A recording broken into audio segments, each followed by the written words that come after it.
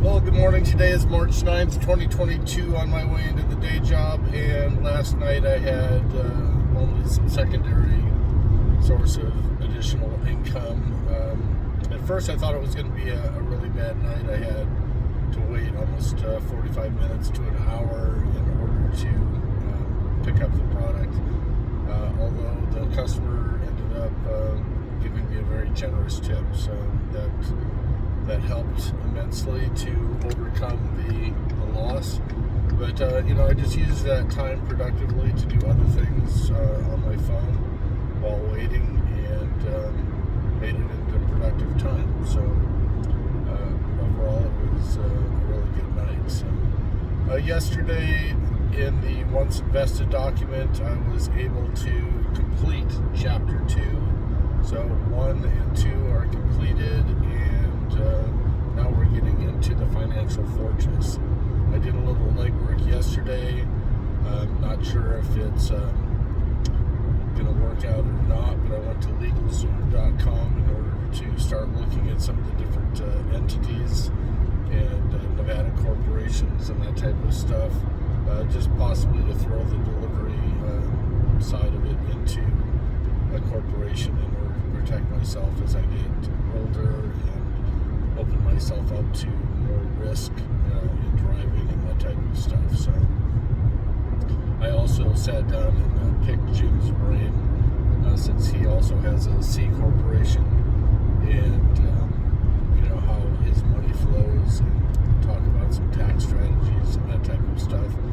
I don't totally agree with some of the stuff that he does, just because he's really trying to avoid as much tax as possible, or tax at a lower rate, or reduce double taxation. But I think inside of a C corporation, it also is beneficial at some point in time to at least have some amount set aside for a rainy day in the lulls of the business. So his strategy is every year to get down to zero inside of the corporation and pay himself in order to be able to avoid double taxation. So these are there are going to be a lot of questions that I have inside of this section that are going to need some consultations with some legal minds, with some CPAs and whatnot, how to manage and set up all these different strategies, living trusts, living wills, C corporations. What if we get into fixing and flipping properties? What happens with each property that we set up? There's just a lot of questions. Family trusts, are some of those things identical vehicles? Do we really need to go that far? And what's the cost and what's the benefit?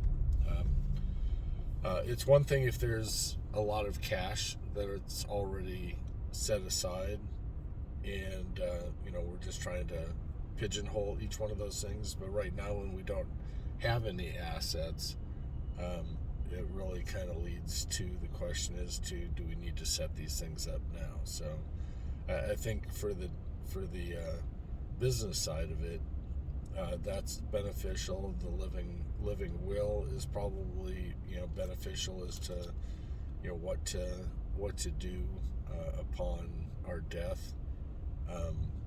We're just trying to avoid overly taxing ourselves, trying to leave something for the rest of the family upon our death, etc., and avoid probate and probate taxes. So a will just does not take care of that. So we're going to be jumping into Chapter 3. First part of that is to take all the printed documents that we have and try and lay it out in a good structural manner. I think right now it's laid out somewhat in the manner that it needs to be, but I think that it needs to be refined, and that's the process that we're going to start with. And then as we start to go into each one of the individual sections, start to draw out different questions that need to be answered. So that's where we're at.